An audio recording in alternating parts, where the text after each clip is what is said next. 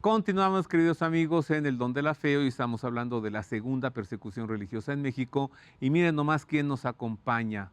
El niño mártir mexicano santo José Sánchez del Río, gracias a esta reliquia que nos trajo Mauricio Guízar y cuya memoria litúrgica celebrábamos el pasado 10 de febrero. José Sánchez del Río, a ver si la producción tiene la bondad de mostrarnos. Ahí está, es un huesito, ¿no?, de San José Sánchez del Río, un niño que enfrentó a sus verdugos y que les gritó viva Cristo Rey hasta la muerte. Así es. Cállate, escuincle, mejor grita viva el buen gobierno y te perdono la vida. No, la vida me hace usted un favor, fíjese, porque no ha sido tan fácil ganarse el cielo. ¡Viva Cristo Rey! Que Un viva, niño Guadalupe. de 14 años. Sí. ¿Qué pasó en México? ¿Por qué a este México tan creyente se le infiltró un gobierno de esta índole persecutor? Pues desde 1810, cuando a los pocos años, 1821, llega Agustín de Iturbide, él es el verdadero fundador de la nación mexicana, impulsando la fe cristiana y los valores humanos y cristianos. ¿Con tres garantías? Las tres garantías. Y él fue el que diseñó la bandera mexicana. Libertad y religión. Con el águila imperial, no el águila masónica, que está volteando para el otro lado. Entonces, él funda una nación, un imperio católico. Después llegan los masones y le arrebatan el poder, lo destituyen y él huye a Europa y cuando regresa lo fusilan. Así nada más, sin juicio y sin nada. Y desde entonces, desde 1825 más o menos, los masones, la masonería tiene el poder en México y no lo suelta. No lo suelta. ¿Por qué? Porque le tienen miedo a Cristo. Le tienen miedo a la libertad de conciencia. Le tienen miedo a que el ser humano piense por sí mismo, decida por sí mismo qué fe quiere, a qué Dios ama, e inclusive le tienen miedo a todo lo que sea guadalupanismo, a todo lo que sea amar, adoración a Cristo Rey como soberano de nuestra patria. No quieren eso. No quieren eso, aunque algunos de ellos digan yo quiero a la Virgen de Guadalupe, etcétera, no se puede juntar el aceite con el agua. Cristo es muy claro, su doctrina es una doctrina de amor, de misericordia, de respeto por los demás.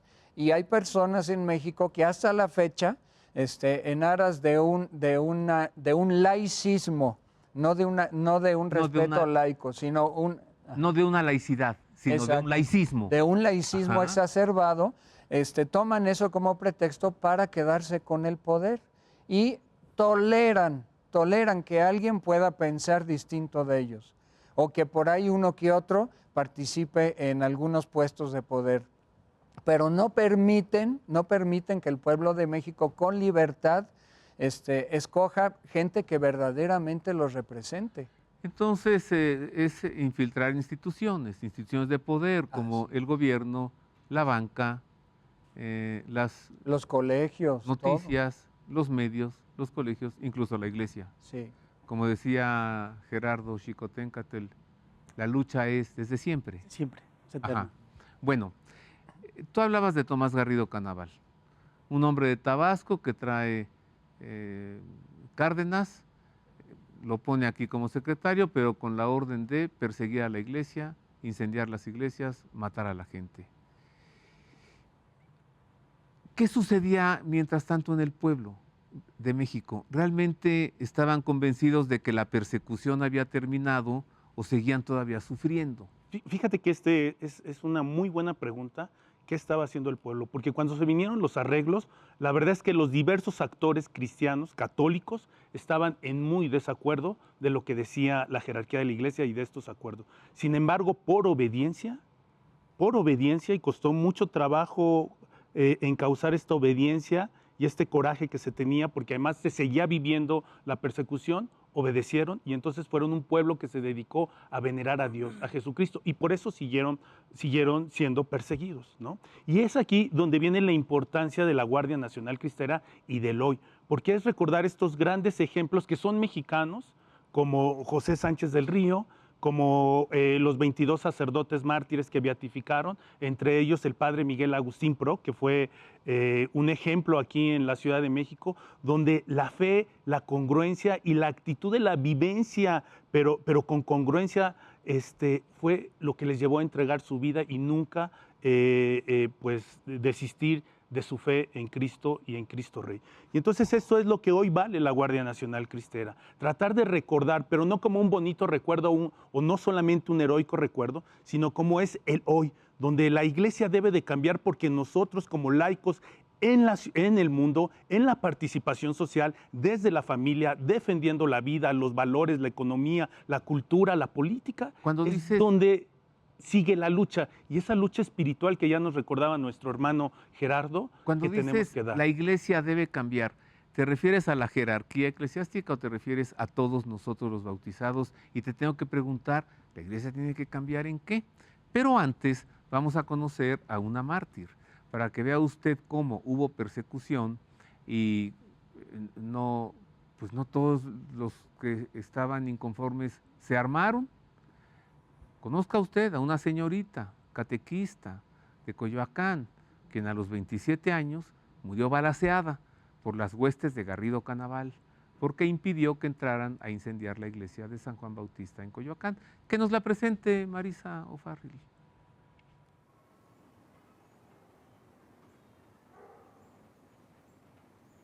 Hola queridos amigos, les saludo con afecto y con mucho orgullo al poder presentarles la biografía de una joven heroica de nombre María de la Luz Camacho, catequista y terciaria franciscana, quien con gran valor enfrentó a sus verdugos en el atrio de la iglesia de San Juan Bautista en Coyoacán, para impedirles incendiar la iglesia. Allí se encuentran sus restos al interior de la iglesia que ella defendió con su vida. El domingo 30 de diciembre de 1934 murió María de la Luz Camacho en el atrio de la parroquia de San Juan Bautista, en la villa de Coyoacán de la Ciudad de México. Murió mártir al defender la iglesia y la fe, balaceada por sus verdugos. Murió con los brazos abiertos en cruz, al tiempo que gritaba ¡Viva Cristo Rey! María de la Luz Sirenia nació el 17 de mayo de 1907. Fue hija de Manuel Camacho y de María Teresa González. Su mamá murió cuando ella tenía 6 meses de edad. En 1921, la familia Camacho se trasladó a Coyoacán, donde ella vivió los últimos 13 años de su vida, hasta que salió de su casa para defender la iglesia que pretendían incendiar los camisas rojas. El grupo de choque formado por Tomás Garrido Canaval y comandado por Carlos Madrazo. Lucha Camacho fue catequista, integrante de la Tercera Orden Franciscana y de la Acción Católica Femenina de México. El día de su martirio, al enterarse del inminente atentado contra la iglesia, se puso su mejor vestido, el de seda, color verde y blanco, salió de su casa y se instaló en el atrio en espera del momento heroico, hasta que vio a los camisas rojas acercarse a la iglesia con tambos de gasolina. Ella se paró frente a la puerta, abrió sus brazos en cruz y comenzó a gritar con fuerza: ¡Viva la iglesia! ¡Viva el Papa! ¡Viva la Virgen de Guadalupe! ¡Viva Cristo Rey! Hasta que las balas ahogaron su voz. Mientras agonizaba, recibió el último sacramento. Su sepelio fue el primer día del año 1935. Una multitud acompañó su cortejo fúnebre hasta el Panteón de Xoco y luego siguió hasta el Zócalo, llenando toda la avenida Reforma para exigir justicia. El presidente Lázaro Cárdenas pidió la renuncia de Garrido Canaval y pactó la paz. La sangre de mártir que derramó María de la Luz logró el cese de la persecución religiosa en México, al tiempo que teñía su mejor vestido, el de seda, con el color de la bandera mexicana. Ahora sus restos reposan en una urna en el interior de la iglesia que defendió en Coyoacán, en espera de su beatificación. María de la Luz Camacho, ahí están sus restos, reliquias, reposan al interior de la iglesia de San Juan Bautista en Coyoacán, y ya se acaba de colocar allí su retrato grande para poder identificar de quién son estos restos. A ver, Luis Gerardo, entonces, ¿cómo? ¿La iglesia debe cambiar o qué? En todo proceso de transformación y de evolución hay algo que permanece, que es la esencia, y hay algo que cambia. Y aquí es algo como los papas nos han enseñado. Juan Pablo II ya no fue desde el Vaticano que hizo su pontificado, sino fue a todos los pueblos, visitó las naciones, predicó con el ejemplo y con la lucha, ¿no? Hoy el Papa Francisco también cambia las formas.